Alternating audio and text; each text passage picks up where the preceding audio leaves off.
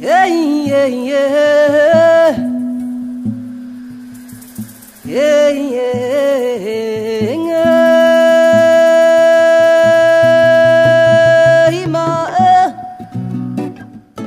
Je suis Chérif Sadia, sociologue de l'université Alassane Ouattara de Bouaké en Côte d'Ivoire, anciennement université Bouaké. J'ai fait ma thèse sur la thématique de la formation du prix du kilogramme du régime de palme en Côte d'Ivoire, pratiquement dans le domaine de la sociologie économique. Et après ça, je suis toujours resté dans le domaine, mais j'ai décidé de changer un peu de domaine pour m'intéresser désormais à la thématique du changement climatique, notamment l'adaptation des petits agriculteurs ivoiriens au changement climatique.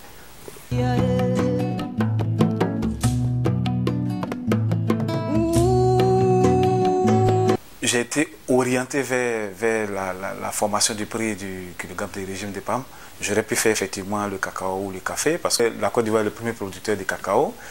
Mais dans le cadre d'un programme de recherche avec le CIRAD, j'ai été coopté et je me suis orienté vers la formation du prix d'achat parce qu'on était en période de libéralisation des filières agricoles en Côte d'Ivoire et de façon générale en Afrique, imposée par les institutions de Bretton Woods, selon lesquelles, avec la libéralisation, les planteurs de palmiers, les planteurs de façon générale auraient des prix d'achat plus intéressants, plus rémunérateur. Mais à la pratique, on s'est rendu compte, en tout cas dans le cas de ma thèse, on s'est rendu compte que les négociations des prix telles qu'elles étaient prévues semestriellement dans la filière palmier à huile étaient des négociations qui devaient permettre de fixer le prix d'achat, mais d'autres logiques entraient en ligne de compte, telles que la logique civique qui est en fait la logique de la défense de l'intérêt général que mettaient en avant les planteurs de palmiers à huile, qui s'opposait à celle des agro-industriels, qui était la logique marchande. C'est-à-dire, pour les agro-industriels, le marché devait jouer son rôle, l'offre et la demande se rencontraient et on obtenait le prix. Donc ma thèse a permis de montrer que, outre la logique marchande, dans ce cas de la libéralisation, il fallait tenir compte de la logique civique.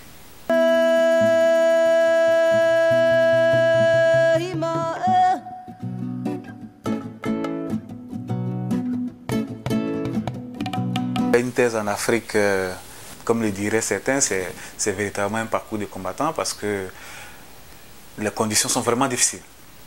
Et comme nous le disaient, nous qui formions le petit groupe autour du professeur Akendes qui a été notre encadreur, il nous a toujours dit que la thèse, on ne pouvait pas la faire sans financement. Donc, il mettait tout en pratique pour que nous puissions avoir des financements. De sorte que, pour ma thèse, j'étais dans un programme CIRAD, avec le CIRAD, et après la fin du programme CIRAD, suite à la rébellion de 2002 en Côte d'Ivoire, il fallait trouver maintenant d'autres financements. C'est ainsi que j'ai dû postuler à d'autres bourses, telles que le Codestria. En tout cas, j'ai postulé à plusieurs bourses pour pouvoir obtenir des financements et faire ma thèse. Concernant les autres, bon, la difficulté, c'est que, de façon générale, les étudiants n'ont pas accès à Internet. Et cette difficulté est une entrave à leur recherche de financement. Donc ça rend un peu difficile le financement des thèses. Sinon, l'accès au terrain, effectivement, ça devient difficile à partir du moment où on n'a pas de financement. Donc, dans le cadre de la sociologie, par exemple, dont je suis issu, il faut véritablement des financements pour pouvoir faire de la recherche.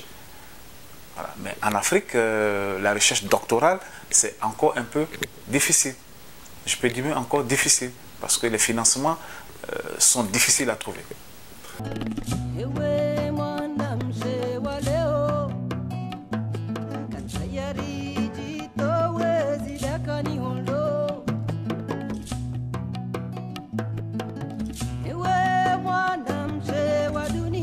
Dans le cadre d'une bourse postdoctorale Fernand Braudel de la Fondation Maison Sciences de l'Homme de Paris, j'ai proposé un projet de recherche effectivement sur l'adaptation. Les trouvailles, en fait, dans ce projet de recherche qui portait le titre de socio-histoire des stratégies d'adaptation des agriculteurs du Côte d'Ivoire, il s'agissait de prendre un peu le compte-pied de ce qui se disait de façon générale sur l'adaptation des planteurs africains et ivoiriens au changement climatique. De façon générale, il était reporté que les planteurs africains, les agriculteurs africains ne pouvaient pas s'adapter. Donc pour moi, il fallait démontrer le contraire. C'est pourquoi j'ai décidé de voir, envoyer après les années 1950, parce que avant les années 1950, on n'avait pas encore vraiment ressenti le changement climatique au niveau de la Côte d'Ivoire. Le changement climatique n'était pas encore effectif. C'est à partir des années 1950 que la pluviométrie a commencé à baisser et que les planteurs ont commencé à ressentir le réchauffement climatique. Donc j'ai tenté de comparer les deux périodes, comment les agriculteurs s'adaptaient avant 1950, en période d'abondance de pluie et de productivité agricole, et après, à partir des années 1950 et jusqu'à aujourd'hui, avec le réchauffement climatique. Donc j'ai découvert comme ça que les planteurs, même si ils n'ont pas cette science, cette vision scientifique du changement climatique, arrivaient à s'adapter à la situation qu'ils vivaient, aux aléas climatiques. Mais cette adaptation n'était pas telle que celle qu'on la voit aujourd'hui, telle que celle qu'on veut faire imposer aujourd'hui. C'est une adaptation que j'ai qualifiée de culturelle et de culturelle. Ainsi, comme ça, les planteurs, quand il ne pleut pas assez, qu'est-ce qu'on fait? On va adorer les rivières, on va voir les féticheurs, on pratique des cérémonies. Les femmes dansent autour du village pour que la pluie revienne. Effectivement, avant, ces pratiques faisaient tomber la pluie et on avait de bonnes productions. Malheureusement, avec le réchauffement climatique actuel, qui a commencé depuis 1950, ces pratiques sont vraiment très limitées. Il n'y a pas d'eau aussi parce que les agriculteurs expliquent le fait qu'il manque de l'eau désormais, le fait que les génies protecteurs qui étaient dans les forêts sacrées, les forêts qui existaient, se sont mis en colère et ils ont quitté les forêts. Parce que les agriculteurs, les paysans ne respectent plus la coutume. Voilà. C'est comme ça, par exemple, lors d'une enquête dans un village, il y a une dame qui est venue pendant que je faisais mon enquête, qui est venue simplement s'arrêter là et qui m'a écouté, puisque je faisais l'enquête en langue locale. Donc elle s'est arrêtée, elle m'a dit, je voudrais répondre. J'étais avec le chef du village. Je peux donner ma réponse. Le chef du village, bon, dans nos régions, vous savez que les femmes n'ont pas généralement la parole. Donc j'ai demandé l'autorisation au chef pour que la femme donne sa réponse. Et effectivement, elle m'a donné une réponse comme ça. Oui, c'est parce que la brousse est devenue la chambre conjugale désormais. C'est pourquoi la pluie a cessé de tomber. Et après avoir dit ça, elle est partie.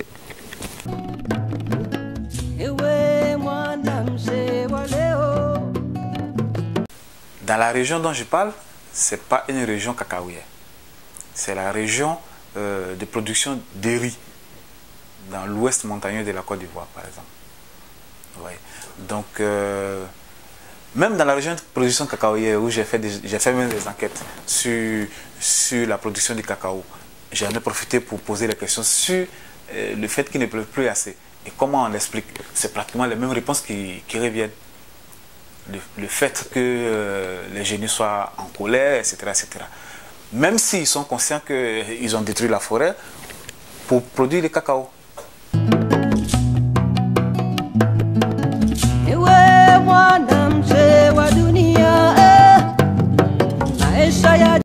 Aujourd'hui, cette façon de s'adapter ne fonctionne plus.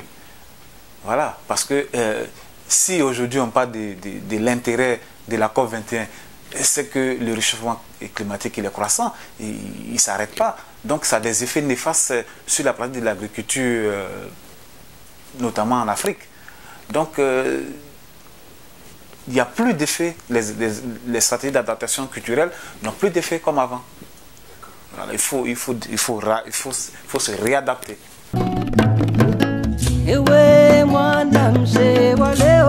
Bon, ils en ont conscience. C'est clair, les pouvoirs publics en ont conscience, mais on attend le fonds pour l'adaptation, qu'on espère obtenir à la COP 21.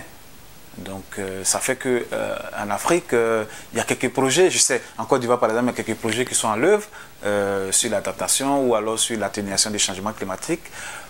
Mais c'est pas encore, je ne sens pas que ce soit vraiment la priorité des pouvoirs publics encore.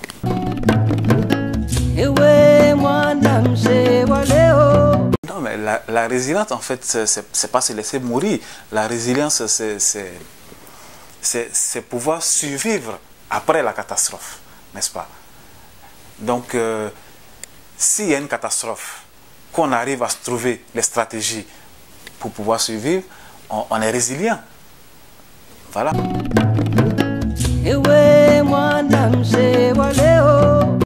Bon, la sécurité alimentaire, je crois savoir que c'est le fait de pouvoir mettre la nourriture à disposition de tout le monde.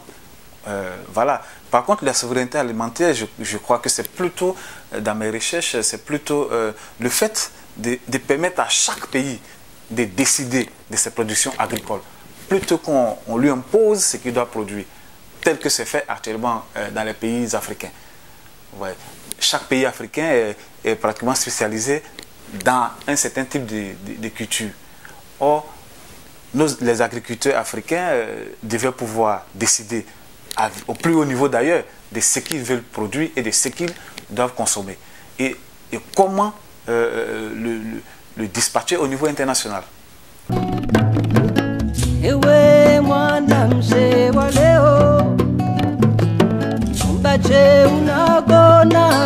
La gestion de l'équité. En fait, oui, je partage parce que je pense que il y a quand même un problème d'équité dans cette affaire des changements climatiques parce que l'Afrique, qui n'est pas responsable, est considérée ou alors subit le plus les effets du changement climatique. Ouais. Donc c'est pourquoi d'ailleurs l'ancien Premier ministre éthiopien Meles Zenawi, qui était le responsable, qui était alors le porte-parole de l'Union africaine à la COP de Copenhague 2009, a dit comme ça pendant la préparation de la COP, il a demandé dans un discours, il a dit clairement, nous demandons une indemnisation pour les dégâts causés par les pays occidentaux au monde entier. Donc il y a véritablement un problème d'équité. Il faut vraiment que les pays occidentaux, effectivement, comme ils l'ont commencé à la COP 21, j'ai cru entendre que François Hollande a promis 180 milliards, etc. Donc c'est ce qu'ils doivent pouvoir faire pour que les pays africains puissent s'adapter aux problèmes qu'ils n'ont pas créés.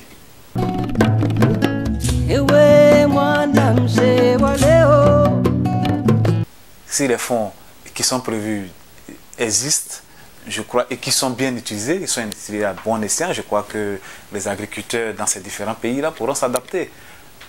Sauf que dans nos pays africains, de façon générale, les fonds existent, mais on ne sait pas généralement à quoi, même si c'est des fonds destinés à tel objectif, ils sont utilisés à d'autres fins. Donc ça fait que, bon, on espère que les fonds, les milliards qui seront octroyés aux gouvernants africains ne seront pas détournés à d'autres fins.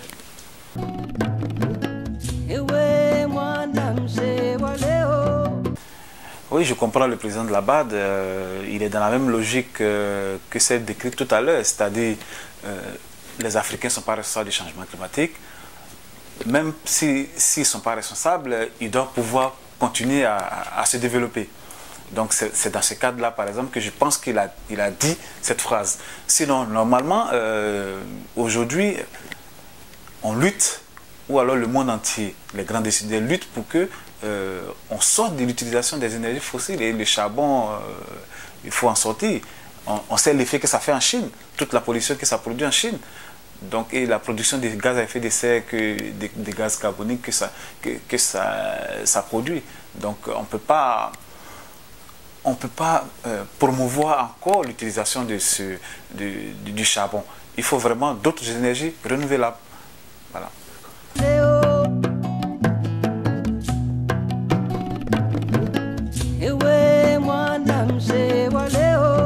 Bon, je suppose qu'ils vont le réussir.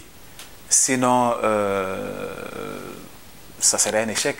Parce que les petits pays émergents ont nécessairement besoin de s'adapter. Et c'est pourquoi ils insistent sur le fond d'adaptation. Donc, les négociateurs à la COP21 des pays africains, je n'ai pas véritablement discuté avec eux, mais je crois qu'ils sont venus avec un agenda précis. Et pour eux, si leurs préoccupations ne sont pas satisfaites, la COP21 serait un échec.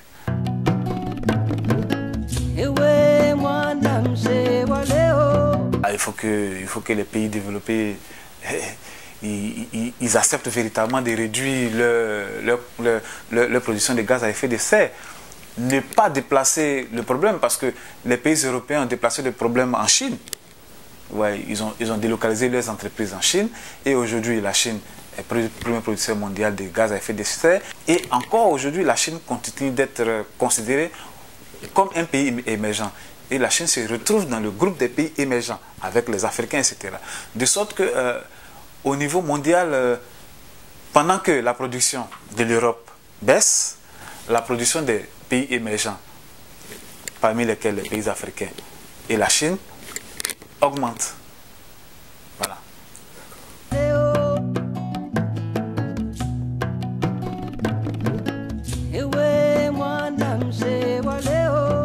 Oui, la juste répartition, c'est que chacun reconnaisse ses responsabilités dans la production de gaz à effet de serre, et reconnaître ses responsabilités et prendre aussi ses responsabilités pour décider de réduire sa production de gaz à effet de serre. Déjà, pendant la préparation de la COP, on a vu un rapprochement entre la Chine et les États-Unis pour la réduction de leur gaz à effet de serre. Est-ce que ça sera concrétisé dans les tests qui vont sortir de la COP 21? Je ne sais pas.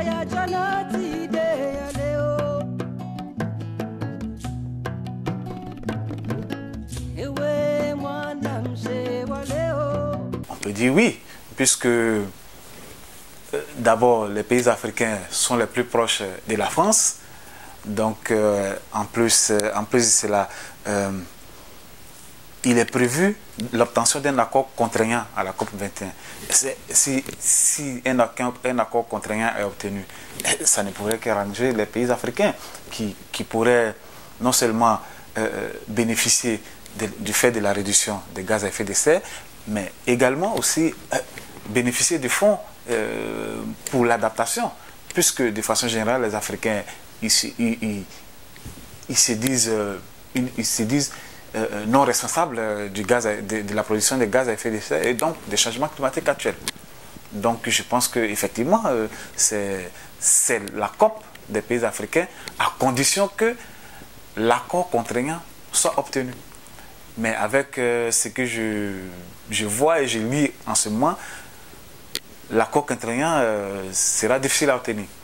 Donc il faut que les pays africains commencent peut-être par penser à d'autres alternatives.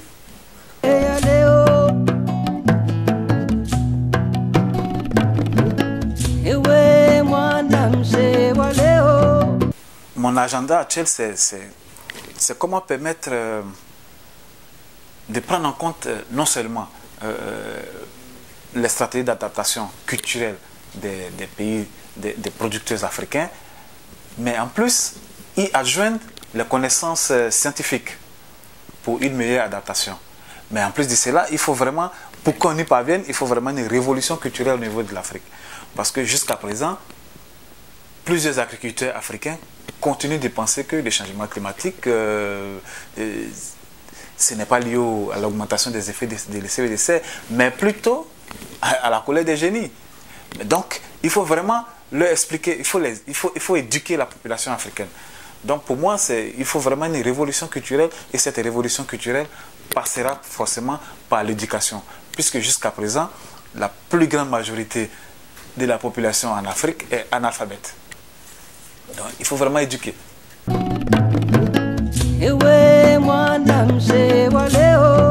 Oui, je crois que ça bouge assez nouveau au niveau du continent. Parce que il y a plusieurs structures que je connais, mais je sais par exemple que le SILS, j'ai oublié un peu la signification du sigle, mais il s'intéresse beaucoup à cette question de l'adaptation. Surtout dans les pays sahéliens, c'est une problématique vraiment importante. Voilà. Mais de façon générale, c'est pas les Africains qui prennent les initiatives de façon générale. On prend les initiatives au niveau international et on arrive et on nous les impose en Afrique. Tu vois. Donc le financement vient d'Europe ou des États-Unis. Tu vois. De sorte que les structures pour l'adaptation, les structures au niveau local pour l'adaptation au changement climatique existent, mais elles ne sont pas encore véritablement des structures locales. Or, aujourd'hui, au niveau de l'adaptation au changement climatique, on passe aujourd'hui de l'approche top-down à l'approche bottom-up, c'est-à-dire partir du niveau local pour aller vers le global. Voilà.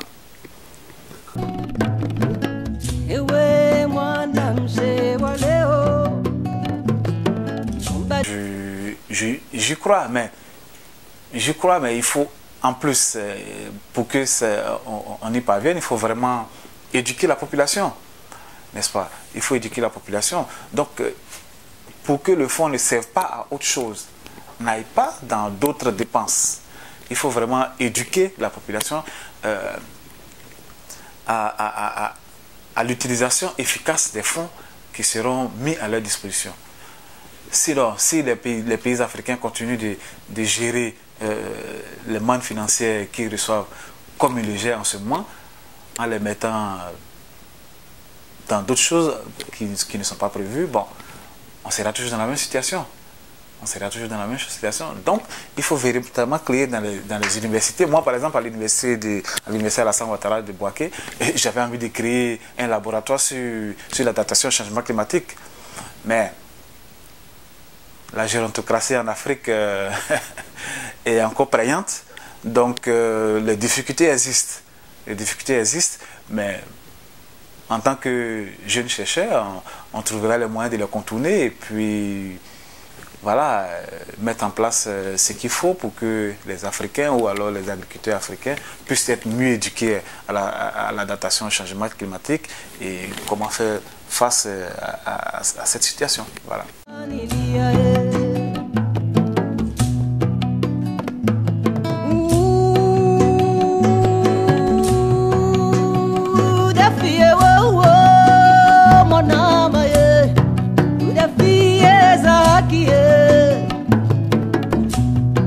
Ako Johuanilia